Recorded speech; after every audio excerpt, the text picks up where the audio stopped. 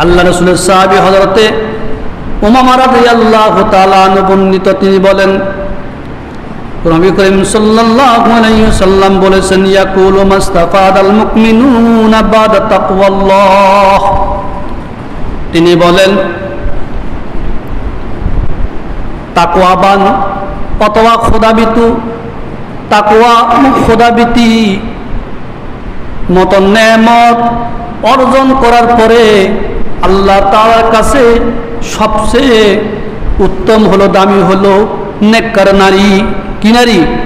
নেককার নারী, ঈমানদার নারীর কথা বলা হয়েছেন। মাস্তাফাদুল মুমিনুনা বাদা তাকওয়াল্লাহি খায়রুল লাহু মিন জাওজাতি সলিহাতিন। আল্লাহ রাসূল মুহাম্মদুর রাসূলুল্লাহ সাল্লাল্লাহু আলাইহি ওয়াসাল্লাম বলেন, তাকওয়া বা খোদাভীতি মত নেয়ামত অর্জন করার পরে মুমিন ব্যক্তির জন্য আল্লাহ তাআলার সবচেয়ে বেশি প্রিয় পছন্দনীয় হলো তার নেককার নারী। আল্লাহ, নেককার নারী মানে সেই আল্লাহ পাকের যত নেয়ামত অর্জন করুক না কেন, আল্লাহ পাকের কাছে যত তাকওয়া অবলম্বন করুক না কেন, তাকওয়া খোদাভীতি অর্জনের পরে এটা তাকওয়া খোদাভীতি আল্লাহ পাকের সবচেয়ে বড় নেয়ামত। নেয়ামত কিনা? সবচেয়ে বড় নেয়ামত হলো তাকওয়া খোদাভীতি। আল্লাহ পাক কোরআন কারীমে জায়গায় জায়গায় বলছে, আমানুত্তাকুল্লাহ, আমানুত্তাকুল্লাহ, আল্লাহকে ভয় করো, হাক্কা তুকাতিহি, ভয়ের মতন ভয়, ওয়ালা তামুতুন্না ইল্লা ওয়া আনতুম মুসলিমুন,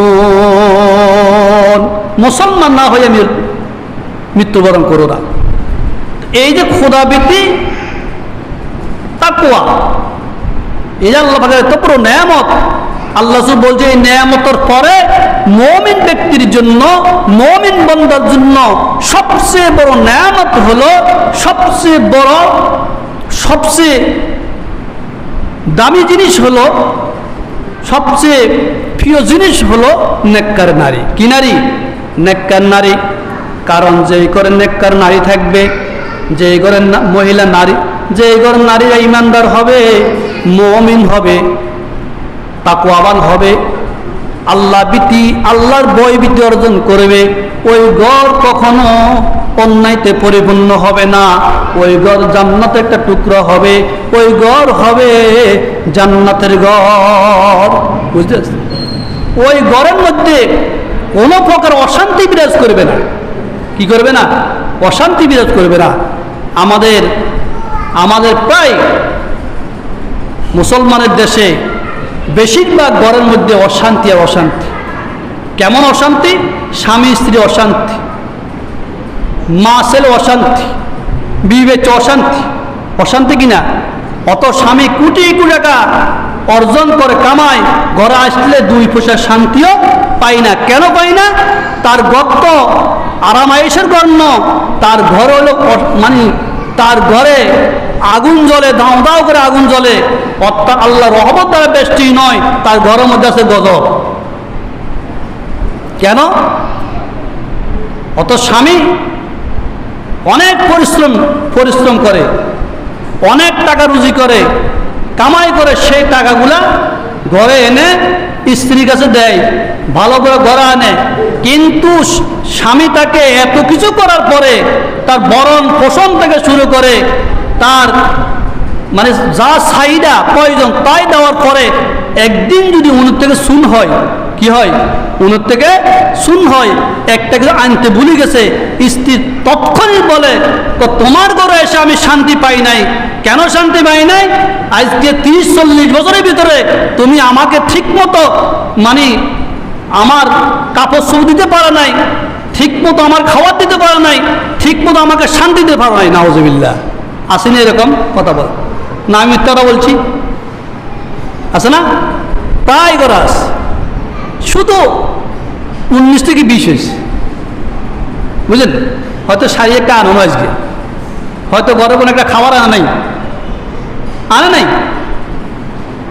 এই জন্য নারীর প্রতি স্বামীর প্রতি নারীর কতগুলা হক, আবার নারীর প্রতি স্বামীর কতগুলা হক আছে, সেটা রাসূল কারীম সাল্লাল্লাহু আলাইহি ওয়াসাল্লাম বলেছেন। এই হাদিসের মধ্যে নারীর 60টা গুণের কথা আল্লাহ রাসূল মুহাম্মদ রাসূলুল্লাহ সাল্লাল্লাহু আলাইহি ওয়াসাল্লাম বলেছেন। আল্লাহ বলে ইন আমারাহা আতাতুহু, 1 নম্বর, স্বামী যদি তাকে কোনো নির্দেশ প্রদান করে সেই স্বামীর নির্দেশগুলো পালন করে। কি করে? স্বামী যদি তাকে কোনো ব্যাপারে, কোনো জিনিসের ব্যাপারে তাকে নির্দেশ প্রদান করে সেই নির্দেশগুলো সে পালন করে। 2 নম্বরে ওয়াইন নাযারা ইলাইহা সাররাতুহু, না যখন স্বামী তার প্রতি নজর করে সেই খুশি হয়, স্ত্রী কি হয়? খুশি হয়। স্বামী তার প্রতি যখন নেক নজর করে, নজর দেয়, তখন সে খুশি হয়। আলহামদুলিল্লাহি ওয়া কাফা ওয়া সালামুন আলা ইবাদিহিল্লাযীনা ইসতাফা। أما بعد فأعوذ بالله من الشيطان الرجيم. بسم الله الرحمن الرحيم. المتصدقين والمتصدقات. عن أبي هريرة رضي الله تعالى عنه قال عن أبي أمامة عن النبي صلى الله عليه وسلم أنه يقول ما استفاد المؤمنون بعد التقوى تقوى الله خيرا له من جوزة صالحة إن أمرها أطاعته وإن نظر إليها سرته وإن أقسم عليها أبرته وإن أنهى نسعته في نفسها وماله أو كما قال النبي عليه الصلاة والسلام. اللهم صل على محمد وعلى آل محمد كما صليت على إبراهيم وعلى آل إبراهيم إنك حميد مجيد. সম্মানিত মুআজ্জাজ মুহতারাম সদর জলাস মুরব্বিন আযম, আসসালামু আলাইকুম ওয়া রাহমাতুল্লাহি ওয়া বারাকাতুহু। শরদ মহান রব্বুল আলামিনের পবিত্র দরবারে হাজার লাখ করে শুকর জ্ঞাপন করছি যে আল্লাহ রব্বুল আলামিন আমাদেরকে দুনিয়ার সকল জামিলা মুক্ত করে, সকল প্রকারের কর্মব্যস্ততা পরিহার করে পবিত্র জুমার দিন মুহররম মাসে আশুরা দিবসে মহান রব্বুল আলামিনের দরবারে আসার এবং বসার, কিছু বলা ও শোনার তৌফিক দান করেছেন। এই জন্য মহান রবের দরবারে শুকরিয়া জ্ঞাপন করি, আলহামদুলিল্লাহ। দরুদ ও সালাম প্রেরণ করছি মানবতার বিশ্ব নবী মুহাম্মদ রাসূলুল্লাহ সাল্লাল্লাহু আলাইহি ওয়াসাল্লামের উপর, যাকে আল্লাহ রাব্বুল আলামিন মহামানব হিসাবে পৃথিবীতে প্রেরণ করেছেন। একমাত্র তিনি পৃথিবীর সকল মানুষদেরকে আইয়ামে জাহিলের যুগ, অন্ধকার যুগ, বর্বরতার যুগ থেকে মুক্ত করে একটা আলোর পথে এনেছেন, আলোর পথে আসার তৌফিক দিয়েছেন। এই জন্য আমরা মহান রবের দরবারে শুকরিয়া জ্ঞাপন করেছি। এই মাসটি হলো কি মাস? মুহররম মাস। মুহররম মাস আরবি গণনা হিসাবে বছরের প্রথম মাস, যেই মাসটি অত্যন্ত গুরুত্বপূর্ণ। এই মাসের ফজিলত অত্যন্ত বেশি মহান রবের দরবারে, কারণ আল্লাহ রাব্বুল আলামিন মুহররম মাসের 10 তারিখ আশুরার দিবসে আল্লাহ রাব্বুল আলামিন অনেক মর্মান্তিক ঘটনা ঘটিয়েছেন। যেই মাস আশুরার মাস, মুহররম মাস, আশুরার দিবস মহান রবের কাছে কেন এত গুরুত্বপূর্ণ? এই মাসের 10 তারিখ আমাদের পিয়ারা নবী মুহাম্মদ রাসূলুল্লাহ সাল্লাল্লাহু আলাইহি ওয়াসাল্লাম মক্কা থেকে মদিনায় হিজরত করেছেন। আশুরার 10 তারিখ, মুহররমের 10 তারিখে রাসূল করিম সাল্লাল্লাহু আলাইহি ওয়াসাল্লাম মক্কা ছেড়ে মদিনায় হিজরত করেছেন। কেন করেছেন? মক্কার কাফির মুশরিকরা নবী মুহাম্মদ রাসূলুল্লাহ সাল্লাল্লাহু আলাইহি ওয়াসাল্লামের উপরে যখন অত্যাচার অবিচার করেছেন, সাহাবায়ে কেরামের উপরে যখন অত্যাচার করেছেন, মক্কার জমিনে থাকার সুযোগ দিচ্ছে না, কষ্টের উপরে কষ্ট, অত্যাচার উপর অত্যাচার, তখন পিয়ারা হাবিব মুহাম্মদ রাসূলুল্লাহ সাল্লাল্লাহু আলাইহি ওয়াসাল্লাম মহান রবের নির্দেশে মক্কা থেকে হিজরত করে মদিনায় গিয়েছেন। সেই দিন ছিল আশুরার দিবস। কিসের দিবস? আশুরার দিবস, মুহররমের 10 তারিখ। শুধু তাই নয়, এই মুহররমের 10 তারিখে আল্লাহ রাব্বুল আলামিন হিজরি 61 হিজরিতে আল্লাহ রাব্বুল আলামিন এই জমিনে এমন একটি ঘটনা, যে ঘটনাটাকে আমরা জানতে পারি আল্লাহর নবী মুহাম্মদ রাসূলুল্লাহ সাল্লাল্লাহু আলাইহি ওয়াসাল্লামের কলিজার টুকরা হযরত হুসাইন রাদিয়াল্লাহু তাআলা আনহু আশুরার দিন মুহররমের 10 তারিখ কারবালার ময়দানে তার সপরিবার সহ শাহাদাত বরণ করেছেন। আল্লাহু আকবার। এই আশুরার দিবস মুহররমের 10 তারিখ রাসূল করিম সাল্লাল্লাহু আলাইহি ওয়াসাল্লামের কলিজার টুকরা হযরত হুসাইন রাদিয়াল্লাহু তাআলা আনহু সপরিবারে কারবালার ময়দানে বাতিলের সাথে, সেই অন্যায়কারীদের সাথে, অপরাধীদের সাথে যুদ্ধ করে তিনি শাহাদাত বরণ করেছেন। সেই দিনও আশুরার দিবস ছিল। সেই ইতিহাসটা আমরা অনেকে জানি, কারবালার ময়দানে কি ঘটনা ঘটেছে। এই জন্য এই কারবালার ময়দান কেন্দ্র করে আমাদের দেশে এক শ্রেণীর লোক আছে, যেটাকে বাতিল ফেরকা বলা হয়, যারা মুহররমের 10 তারিখ হাই হোসান করে নিজের সমস্ত শরীরকে টুকরা টুকরা করে ফেলে, রক্তাক্ত করে ফেলে, রক্তরঞ্জিত করে ফেলে। সেই বাতিল ফেরকা হলো শিয়া। কি? শিয়া। এই শিয়ারা রাসূল করিম সাল্লাল্লাহু আলাইহি ওয়াসাল্লামের কলিজার টুকরা হুসাইন রাদিয়াল্লাহু তাআলা আনহুর শাহাদাত বরণকে কেন্দ্র করে আশুরার দিবসে তাদের সমস্ত শরীরকে তারা জাজরা করে ফেলে। এটাই হলো শিয়াদের আকীদা। কারণ তারা আলী রাদিয়াল্লাহু তাআলা আনহু আর হুসাইন রাদিয়াল্লাহু তাআলা আনহু ছাড়া আর কাউকে মানে না।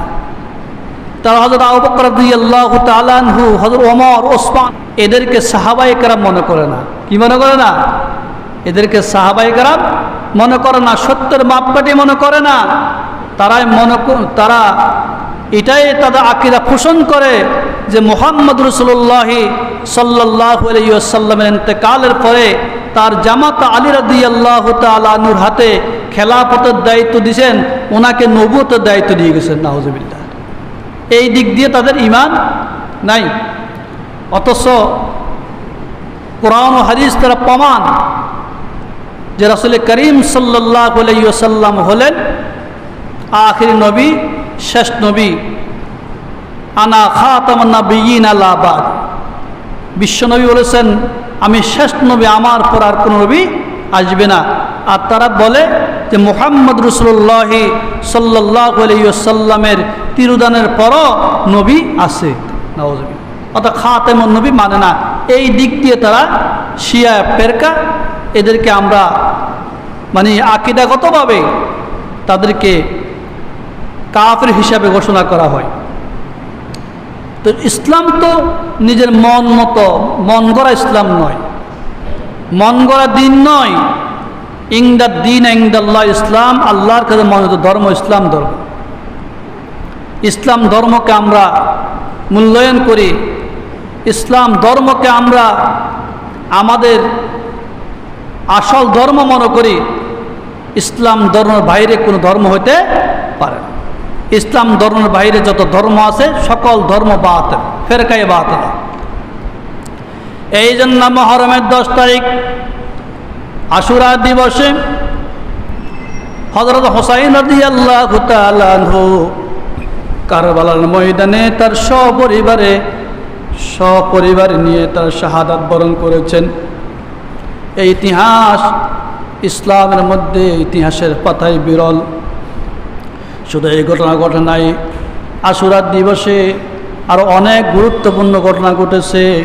মুহররমের 10 তারিখ আল্লাহর নবী হযরতে সাইয়্যিদ আদম আলাইহিস সালাতু ওয়াস সালাম জান্নাতের মধ্যে প্রবেশ করেছেন। মুহররমের 10 তারিখ আল্লাহ রাব্বুল আলামিন সাইয়্যিদ আদম আলাইহিস সালাতু ওয়াস সালামকে ওই গন্ধম ফল খাওয়ার কারণে জান্নাত থেকে বের করে দিয়েছেন। কুল্লা হাবিতু মিনহা জামিআন ফাইম্মা ইয়াতিয়ান্নাকুম মিন্নি হুদান ফামান তাবিয়া হুদায়া ফালা খাউফুন আলাইহিম ওয়ালা হুম ইয়াহজানুন। আদম আলাইহিস সালাতু ওয়াস সালাম যখন গন্ধম ফল খেলেন, গন্ধম ফল খাওয়ার কারণে যখন জান্নাতের সকল পোশাক আদমের দেহ থেকে বিচ্ছিন্ন হয়ে যাচ্ছে, আদমের দেহর সাথে জান্নাতের পোশাকগুলা লাগে না, তখন আদম আলাইহিস সালাতু ওয়াস সালাম গন্ধম ফল খাওয়ার কারণে সেই পায়খানা ব্যাগ ধরেছেন। আল্লাহ রাব্বুল আলামিন আদমকে বলেছে, আদম জান্নাত তো পবিত্র জায়গা, এখানে মল মুদের জায়গা নয়, তুমি দুনিয়াতে চলে যাও। আদম আলাইহিস সালাতু ওয়াস সালাম জান্নাত থেকে দুনিয়ার জমিনে এসে 350 বছর পর্যন্ত মহান রব্বে কারীমের কাছে কেঁদেছে। 350 বছর পরে আল্লাহ রাব্বুল আলামিন আদমের গুনাহ ক্ষমা করে আদমকে জান্নাত দান করেছেন, জান্নাতে প্রেরণ করেছেন। সেই দিনও আশুরার দিন মুহররমের 10 তারিখ ছিল। আল্লাহ, আশুরার দিবসের মুহররমের 10 তারিখ আরও তাৎপর্য আছে। যেই মুহররম মাসের 10 তারিখ আল্লাহ রাসূলের নবী হযরত মূসা আলাইহিস সালাতু ওয়াস সালাম সেই ফেরাউনের কবল থেকে মুক্তির জন্য যখন নীল নদ পার হয়েছিলেন, সেই নীল নদের মধ্যে 12টা রাস্তা হয়েছে। সেই 12টা রাস্তা দিয়ে যখন হযরতে মূসা আলাইহিস সালাতু ওয়াস সালাম মানে অপর পারে চলে যাচ্ছেন, পিছন থেকে ফেরাউনের সকল সঙ্গবঙ্গ সহ দলবল সহ এই রাস্তা দিয়ে চলছেন। ইতিহাস লেখে মূসা আলাইহিস সালাতু ওয়াস সালামের সকল উম্মতরা নীল নদ থেকে উঠে গেছেন, পিছিয়ে মাত্র একজন আছে। আর ফেরাউনের সকল বাহিনীরা নীল নদের মধ্যে নেমে গেছেন, পিছিয়ে একজন আছে। এই মুহূর্তে আল্লাহ রাব্বুল আলামিন নীল নদকে নির্দেশ প্রদান করলেন, হে নীল নদ, তুমি পূর্বের মতন মহাসমুদ্রে পরিণত হয়ে যাও। আল্লাহর নির্দেশে সেই নীল নদ সাগরে পরিণত হয়ে গেল। আর সেই মহাসমুদ্রে ফেরাউন আর ফেরাউনের সঙ্গভঙ্গ এবং জাতিরা ফেরাউন জাতিসহ সেইখানে নিমজ্জিত হয়ে মৃত্যুবরণ করেছে। সেই দিন ছিল আশুরা দিবস, অর্থাৎ মহরমের 10 তারিখ। এইভাবে মহরমের 10 তারিখের অনেক ফজিলত রয়েছে, অনেক গুরুত্বপূর্ণ ঘটনা রয়েছে। এটা অনেক লম্বা-চড়া ঘটনা, আমি সেই দিকে যাচ্ছি না। আমি পবিত্র কালামুল্লাহ শরীফ থেকে একটা আয়াতে কারিমা তেলাওয়াত করেছি, ওয়াল মুতাসাদ্দিকিনা ওয়াল মুতাসাদ্দিকাত। এই আয়াতের মধ্যে আল্লাহ রাব্বুল আলামিন বলছেন, দানশীল নারী এবং দানশীল পুরুষ, যেই সমস্ত নারীরা দান করেন আর যেই সমস্ত পুরুষেরা দান করেন, তাদের ব্যাপারে আল্লাহ রাব্বুল আলামিন কুরআনুল কারীমের মধ্যে বলছেন দানশীল পুরুষ এবং দানশীল নারী। এই দানশীল পুরুষ আর দানশীল নারী, দানকারী পুরুষ আর দানকারী নারী, এটা তাদের পুরস্কার হলো মহা জান্নাত। এটা নারীদের যেই গুণের ব্যাপারে আল্লাহ রাব্বুল আলামিন বলছেন 7 নম্বর গুণ হলো দানশীল নারী এবং দানশীল পুরুষ। উম্মুল মুমিনিন আয়েশা সিদ্দিকা রাদিয়াল্লাহু তাআলা আনহা সম্পর্কে বর্ণিত আছে, ঘটনাটি আমরা চমৎকারভাবে জানতে পারি। উম্মুল মুমিনিন আমরা আয়েশা সিদ্দিকা রাদিয়াল্লাহু তাআলা আনহার গুণের কথা এই আয়াতের ব্যাখ্যায় বলেছেন, আমিরে মাবিয়া রাদিয়াল্লাহু তাআলা আনহু আমরা আয়েশা সিদ্দিকা রাদিয়াল্লাহু তাআলা আনহার কাছে 1,00,000 দিরহাম পুরস্কার হিসেবে প্রেরণ করলেন। আমরা আয়েশা সিদ্দিকা রাদিয়াল্লাহু তাআলা আনহা 1,00,000 দিরহাম সকাল থেকে আসর পর্যন্ত সেই মদিনার অসহায় নারী পুরুষের মধ্যে বন্টন করেছিলেন। আমরা আয়েশা সিদ্দিকা রাদিয়াল্লাহু তাআলা আনহা যখন 1,00,000 দিরহাম মদিনার অসহায় নারী পুরুষের মাঝে 1,00,000 দিরহাম বিতরণ করলেন, অসহায়দের মাঝে বন্টন করলেন। ওই দিন হযরত আয়েশা সিদ্দিকা রাদিয়াল্লাহু তাআলা আনহা রোজাদার ছিলেন। কি ছিলেন? রোজাদার। আল্লাহু আকবার। নফল রোজা রাখছেন। কি রোজা রাখছেন? নফল রোজা। সোজা মোজা কত? 1,00,000 দিরহাম তো আমরা আয়েশা সিদ্দিকা রাদিয়াল্লাহু তাআলা আনহার কাছে প্রেরণ করেছেন।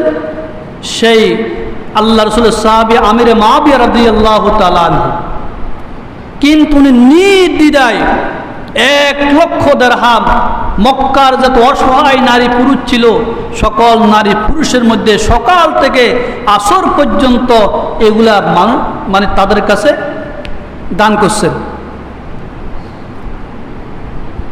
কিন্তু ঘরে কোনো খাদ্যের ব্যবস্থা নাই।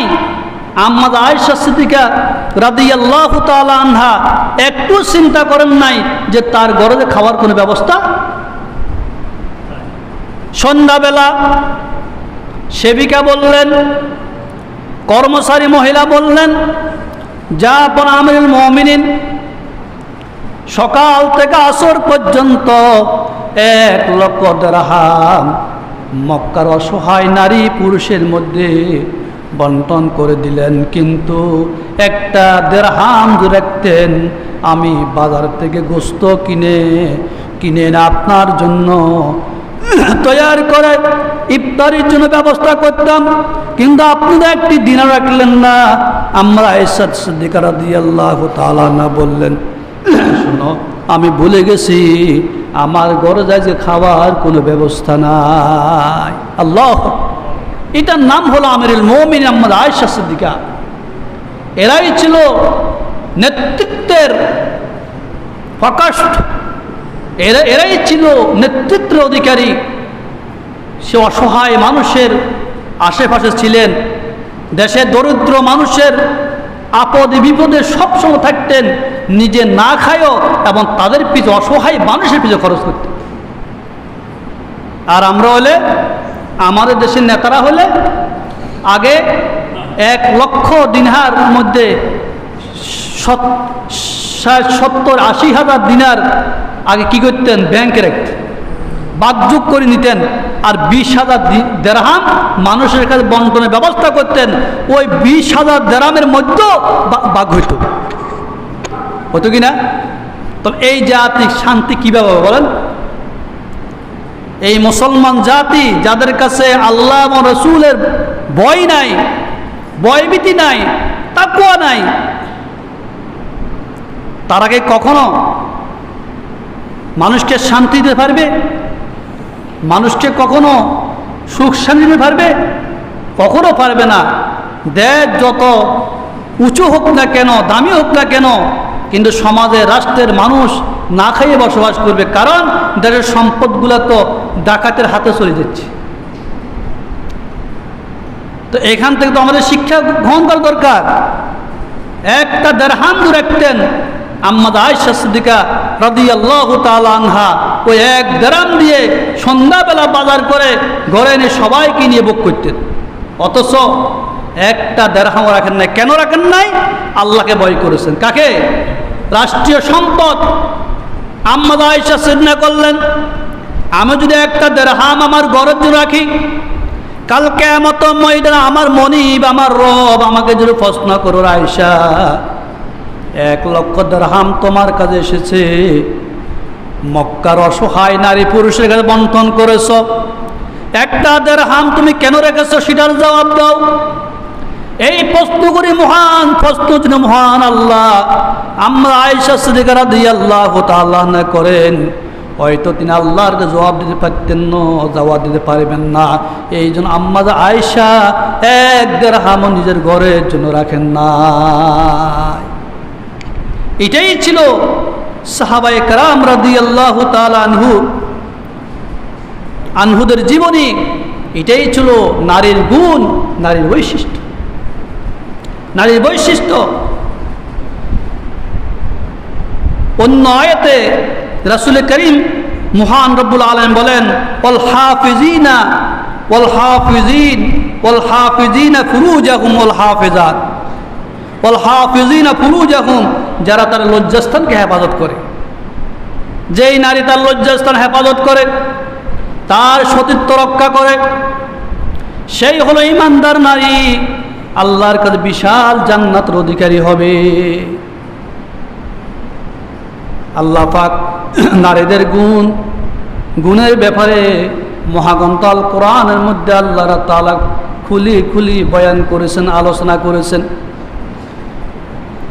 এই জন্য আল্লাহ বলতেছেন, ওয়াল হাফিজিনা ফুরুজাহুম ওয়াল হাফিজাত, পুরুষ নারী, পুরুষ এবং নারী উভয়ে তারা তাদের লজ্জাস্থানকে হেফাজত করবে। এটা হলো তাদের গুণ। সেই ইমানদার নারীদের আরেকটি গুণ আল্লাহ তাআলা বয়ান করেন, ওয়াযাকিরিনাল্লাহা কাসীরান ওয়াযাকিরাত ওয়াযাকিরিনাল্লাহা কাসীরান ওয়াযাকিরাত, জিকিরকারী পুরুষ এবং জিকিরকারী নারী, যারা অধিক পরিমাণে আল্লাহর জিকির করে, আল্লাহকে স্মরণ করে, চলনে বলনে, উঠায় বসায়, খাওয়া দাওয়ায়, ঘুমান্ত অবস্থায়, হার অবস্থা, প্রত্যেকটি কাজে মহান রব্বুল আলামিনকে স্মরণ করে, মহান রব্বুল আলামিনকে জিকির করে। আল্লাহ রব্বুল আলামিন এই ঈমানদার নারী, আল্লাহকে স্মরণ করে নারী জিকিরকারী নারীদের জন্য আল্লাহ তাআলা কি প্রস্তুত করেছেন, সে আল্লাহ বলতেছেন, আ'আদ্দাল্লাহু লাহুম মাগফিরাতান ওয়া আজরান আযীমা। আল্লাহ রাব্বুল আলামিন তাদের জন্য ক্ষমা এবং মহা পুরস্কারের ব্যবস্থা করে রেখেছেন। সেই ক্ষমা এবং মহা পুরস্কার হলো মহান জান্নাত। জান্নাত। আল্লাহু আকবার। আল্লাহ আমাদের মা বোনদের জন্য, আমাদের মা বোনদেরকে আল্লাহ পাক হেফাজত করুক। নারীদের জন্য আল্লাহ রাব্বুল আলামিন কোরআন কারীমে অনেক অবদান রাখছেন। কিন্তু দুনিয়া তো ক্ষণস্থায়ী, চিরস্থায়ী নয়। চিরস্থায়ী জান্নাত, মৃত্যুর পরে আল্লাহ মহান এক চিরস্থায়ী জান্নাত আল্লাহ পাক নারীদেরকে দান করবেন, বিনা হিসাবে আল্লাহ পাক জান্নাত দান করবেন। ওই সমস্ত নারীকা বিশ্বনবী মুহাম্মদ ইসলাম বলছেন অসংখ্য নারী জাহান নামে আছে। রাসূল করিম সাল্লাল্লাহু আলাইহি ওয়াসাল্লাম যখন জাহান্নাম পরিদর্শন করলেন, সেখানে দেখতে অসংখ্য নারী ও পুরুষ জাহান্নামে জ্বলে। কেন? এটা হলো তাদের চরিত্র হননের কারণে, মন গড়া জীবনযাপনের কারণে। দুনিয়াতে আল্লাহ বা রাসূল আদর্শ মোতাবেক চলে নাই, আল্লাহর হুকুম মানে নাই। এই জন্য আল্লাহ রাব্বুল আলামিন তাদেরকে কি জাহান্নামে দিবেন। আর এরা হলো বেশিরভাগ অভিশপ্ত নারী, যে সমস্ত নারীরা মানুষকে শুধু গজবকে দেয়। নারীদের একটা গুণ আছে, উল্টা গুণ। কি গুণ বলতে পারবেন? এরা কথায় কথায় মানুষকে গজবরে দেয়, কথায় কথায় আল্লাহ লানতরে দেয়, কথায় কথায় এবং খুব কঠিন কঠিন গালিগালাজ করে না? নারীদের মধ্যে আছে, সব নারী না, অনেক নারীদের মধ্যে আল্লাহ তোর কাছে ঠাড়া পড়ুক, কনি কথাই তোর সে আল্লাহ ঠাড়া পড়ুক। স্বামীর তোর উপর গজব হতে পারে না, বলেনি? কথা বলে, কি বলে? তোর উপর আল্লাহর গজব হতে পারে না?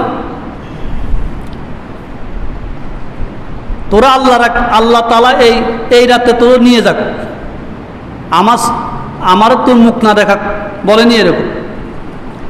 ছেলেকে বলে, ছেলে অন্যায় করলে, অপরাধ করলে মা ছেলেকে বলে তুই কি আমার ছেলে নি, আল্লাহ তোর মুখ আরে না দেখাক।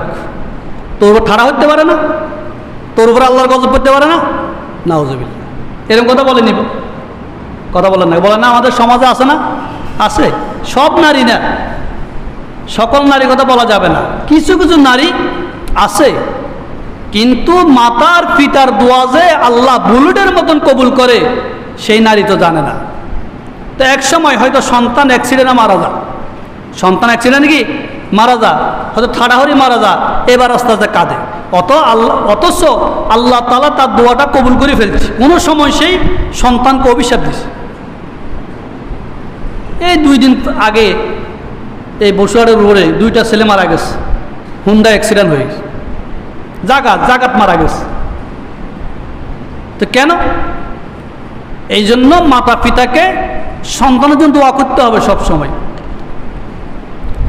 এই জন্য রাসূল কারীম সাল্লাল্লাহু আলাইহি ওয়াসাল্লাম এক হাদিসের মধ্যে বলেছেন, যে হাদিসটি আল্লাহ রাসূলের সাহাবী হযরত উমামা রাদিয়াল্লাহু তাআলা আনহু থেকে রওয়ায়াত, আন আবি উমামা আনিন নবী সাল্লাল্লাহু আলাইহি ওয়াসাল্লাম ইয়াকুলু মাস্তাফাদাল মুমিনুনা বাদা তাকওয়াল্লাহ খায়রাল্লাহু মিন জাওজাতিন সালিহাতিন ইন আমারাহা আতাআতুহু ওয়া ইন নাযারা ইলাইহা সাররাতুহু ওয়া ইন আকসামা আলাইহা আবাররাতুহু ওয়া ইন নাসাহাতুহু ফি নাফসিহা ওয়া মালিহি। এই হাদিসের মধ্যে আল্লাহ মুহাম্মদুর রাসূলুল্লাহ সাল্লাল্লাহু আলাইহি ওয়াসাল্লাম নারীর 4টি বৈশিষ্ট্য আলোচনা করেছেন, নারীর 4টি গুণ আলোচনা করেছেন। সেই গুণ সম্পর্কে আমি 2-1টি কথা পরে বলবো। আল্লাহ রাসূলের সাহাবী হযরতে উমামা রাদিয়াল্লাহু তাআলা আনহু বর্ণিত, তিনি বলেন নবী করিম সাল্লাল্লাহু আলাইহি ওয়াসাল্লাম বলেছেন, ইয়াকুলু মাস্তাফাদাল মুমিনুনা বাদা তাকওয়াল্লাহ। তিনি বলেন তাকওয়াবান অথবা খোদাবিতু, তাকওয়া খোদাবিতি মতন নেয়ামত অর্জন করার পরে আল্লাহ তাআলার কাছে সবচেয়ে উত্তম হলো, দামি হলো নেককার নারী। কি নারী? নেককার নারী, ইমানদার নারীর কথা বলা হয়েছেন। মাস্তাফাদুল মুমিনুনা বাদা তাকওয়াল্লাহি খায়রুল লাহু মিন জাওজাতি সালিহাতিন।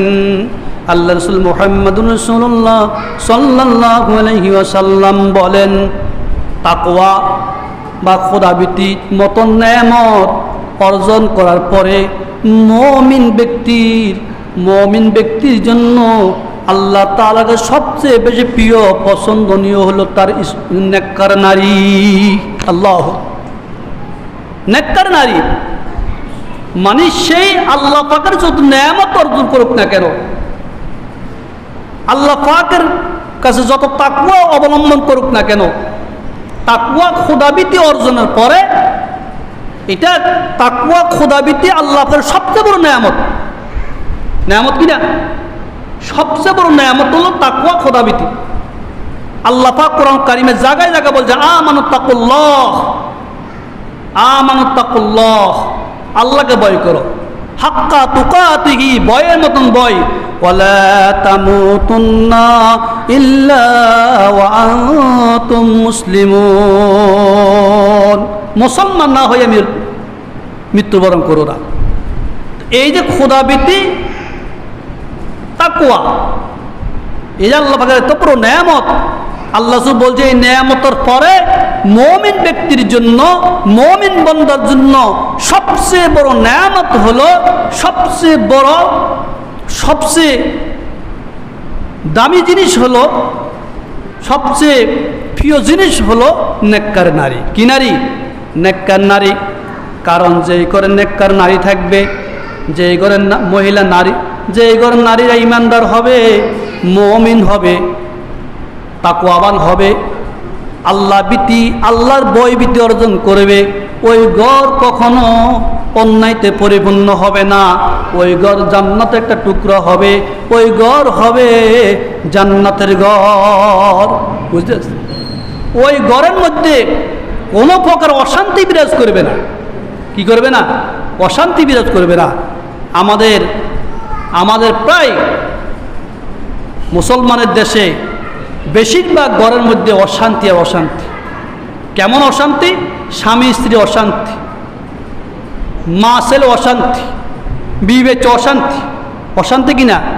অত স্বামী কোটি কোটি টাকা অর্জন করে কামায়, ঘরে আসলে দুই পয়সা শান্তিও পাই না। কেন পাই না? তার ঘর তো আরামায়েশের ঘর ন, তার ঘর হলো মানে তার ঘরে আগুন জ্বলে, দাও দাও করে আগুন জ্বলে, অর্থাৎ আল্লাহ রহমত দ্বারা বেষ্টি নয়, তার ঘরের মধ্যে আছে গজব। কেন? অত স্বামী অনেক পরিশ্রম করে, অনেক টাকা রুজি করে, কামাই করে, সেই টাকাগুলা ঘরে এনে স্ত্রীর কাছে দেয়, ভালো করে ঘরে আনে। কিন্তু স্বামী তাকে এত কিছু করার পরে তার ভরণ পোষণ থেকে শুরু করে তার মানে যা চাহিদা প্রয়োজন তাই দেওয়ার পরে একদিন যদি উনুর থেকে সুন হয়, কি হয়? উনুর থেকে সুন হয়, একটা কিছু আনতে ভুলে গেছে, স্ত্রী তৎক্ষণিক বলে, তো তোমার ঘরে এসে আমি শান্তি পাই নাই। কেন শান্তি পাই নাই? আজকে 30-40 বছরের ভিতরে তুমি আমাকে ঠিক মতো মানে আমার কাপড় সব দিতে পারো নাই, ঠিক মতো আমার খাবার দিতে পারো নাই, ঠিক মতো আমাকে শান্তি দিতে পারো নাই। নাউজুবিল্লাহ। আসেনি এরকম কথা? বল না, আমি মিথ্যা কথা বলছি? আছে না? প্রায় গরাস, শুধু 19 থেকে 20 হয়েছে। বুঝলেন? হয়তো শাড়ি একটা আনো আজকে, হয়তো ঘরে কোনো একটা খাবার আনে নাই। এই জন্য নারীর প্রতি, স্বামীর প্রতি নারীর কতগুলা হক, আবার নারীর প্রতি স্বামীর কতগুলা হক আছে, সেটা রাসূল কারীম সাল্লাল্লাহু আলাইহি ওয়াসাল্লাম বলেছেন। এই হাদিসের মধ্যে নারীর 60টা গুণের কথা আল্লাহ রাসূল মুহাম্মদ রাসূলুল্লাহ সাল্লাল্লাহু আলাইহি ওয়াসাল্লাম বলেছেন। আল্লাহ বলে ইন আমারাহা আতাতুহু, 1 নম্বর, স্বামী যদি তাকে কোনো নির্দেশ প্রদান করে, সেই স্বামীর নির্দেশগুলা পালন করে। কি করে? স্বামী যদি তাকে কোনো ব্যাপারে, কোনো জিনিসের ব্যাপারে তাকে নির্দেশ প্রদান করে, সেই নির্দেশগুলো সে পালন করে। 2 নম্বরে ওয়াইন নাযারা ইলাইহা সাররাতুহু, না যখন স্বামী তার প্রতি নজর করে সেই খুশি হয়। স্ত্রী কি হয়? খুশি হয়। স্বামী তার প্রতি যখন নেক নজর করে, নজর দেয়, তখন সে খুশি হয়। ওয়াইন আকসামা আলাইহা আবাররাতুহু, যখন স্বামী কোনো কসম করে, ওই কসমটা তার স্ত্রী তার কসমটা পূরণ করে। ওয়াইন আনহা নাসহাহু ফি নাফসি ওয়া মালিহি। 4 নম্বর হলো যখন স্বামী বাইরে থাকে, প্রবাসে থাকে, স্বামীর মাল ধন দৌলত স্ত্রীর আমানত, সে আমানত সে রক্ষা করে। বুঝতে পারছেন? আল্লাহ, এটা হলো নারী। এই 4টা গুণ যে নারীর কাছে থাকবে সেই নারী ডাইরেক্ট কি হবে? জান্নাতে যাবে। কোথায় যাবে? জান্নাতে যাবে। কিন্তু আমাদের অনেক নারীরা তো ওইগুলো পালন করে না, তার বিপরীত চলে। তো রাসূল করিম সাল্লাল্লাহু আলাইহি ওয়াসাল্লাম যে কথাগুলো বলছেন, এই কথাগুলো আমাদের কাছে আছে কিনা?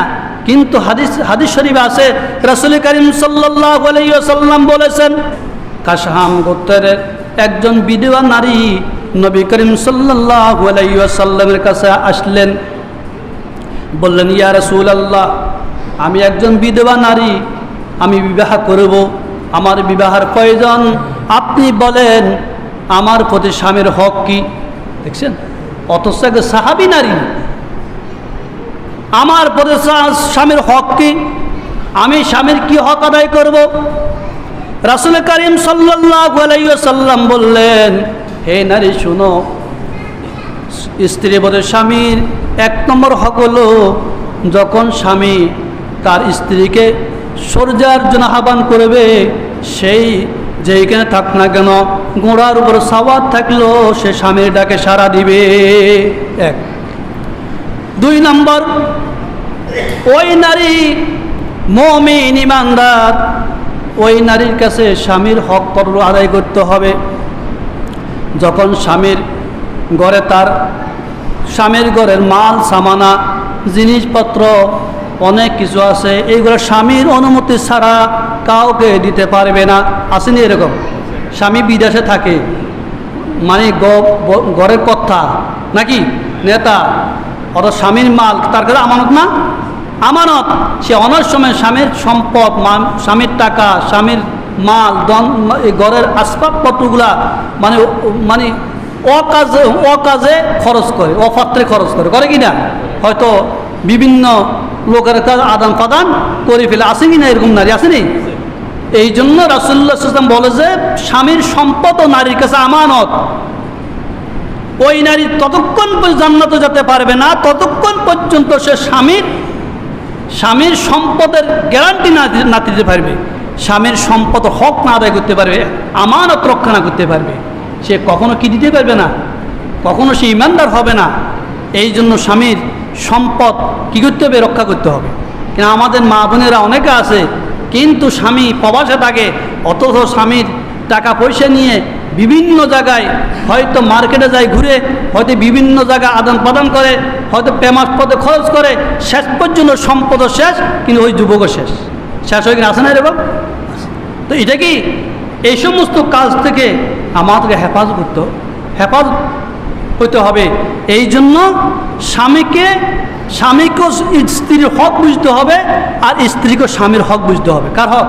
স্বামীর হক বুঝতে হবে। স্ত্রী সর্বদা স্বামীর আনুগত্য করতে হবে। স্বামীর আনুগত্য ছাড়া কোনো স্ত্রী জান্নাত পাবে না, জান্নাতের গ্যারান্টি পাবে না। স্বামী যখন তাকে যেই নির্দেশ প্রদান করে সেই নির্দেশ কি পালন করতে হবে। আবার স্বামীও তার স্ত্রীকে মারধর করার ব্যাপারে শরীয়তের এমন কোনো বিধান নাই। স্বামীও তার স্ত্রীর উপর আক্রমণ করতে পারবে না, জুলুম করতে পারবে না, তাকে মারতে পারবে না, কিন্তু তাকে বুঝাই বলতে হবে। কারণ আজকে অনেক নারী আছে কিন্তু স্বামীর কথা মানে না।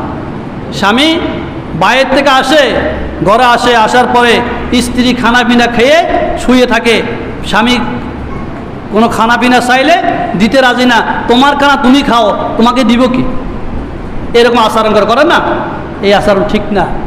আপনার নামাজ, কালাম, রোজা, হজ, যাকাত যাই করেন না কেন সব কি ধ্বংস হয়ে যাবে, এই জন্য হযরত ইবনে আব্বাস রাদিয়াল্লাহু তাআলা আনহু বলতেছেন, খাসাম গোত্রের এই বিধবা নারী রাসূল করিম সাল্লাল্লাহু আলাইহি ওয়াসাল্লামের কাছে অনুমতি চেয়েছেন, ইয়া রাসূলুল্লাহ, আমার বিবাহ দরকার, আমি বিবাহ করব, এবং আমার প্রতি স্বামীর কি হক? রাসূল করিম সাল্লাল্লাহু আলাইহি ওয়াসাল্লাম এই হকগুলো বর্ণনা করেছেন। এই হকগুলা কি বর্ণনা করেছেন? আজকে আমাদের ঘরে আমাদের ছেলেরা কেন মানবে? অনেক স্ত্রী আছে কিন্তু তার পরিবারের বিরুদ্ধে স্বামীর কানে উল্টা মিথ্যা কথাগুলা, মিথ্যা তহমতগুলা দেয়। তার ঘরের পরিবারের ব্যাপারে, স্ত্রী শাশুড়ির ব্যাপারে, শ্বশুরের ব্যাপারে, দেওয়ারের ব্যাপারে, মানে তার স্বামীর বোনের ব্যাপারে এমন এমন কথাগুলো অনেক সময় বলে থাকে যে এই সমস্ত কাজগুলো তাদের ভিতরে কি নাই, মিথ্যা তহমত দিয়ে এবার মানে বায়ের থেকে বোনকে আলাদা করে, মার থেকে সন্তানকে আলাদা করে, সন্তানকে বাবার থেকে আলাদা করে, কিন্তু এইভাবে করে থাকে। আছে কি না? এটা কোনো নারীর কি নয়, গুণ নয়। আমাদের নারী সমাজকে এই সমস্ত অন্যায় থেকে মুক্ত হতে হবে। এই জন্য রাসূল করিম সাল্লাল্লাহু আলাইহি ওয়াসাল্লাম যে গুণগুলোর কথা বলতেছেন, আল্লাহ তাআলা এই জন্য বলছেন ওয়াল মুসাদ্দিকিনা ওয়াল মুসাদ্দিকাত, দানশীল নারী এবং দানশীল পুরুষ এদের জন্য জান্নাত। এই গুণগুলো যদি তাদের কাছে থাকে অবশ্য তারা কি যাবে? জান্নাতে যাবে। আল্লাহ তাআলা আমাদেরকে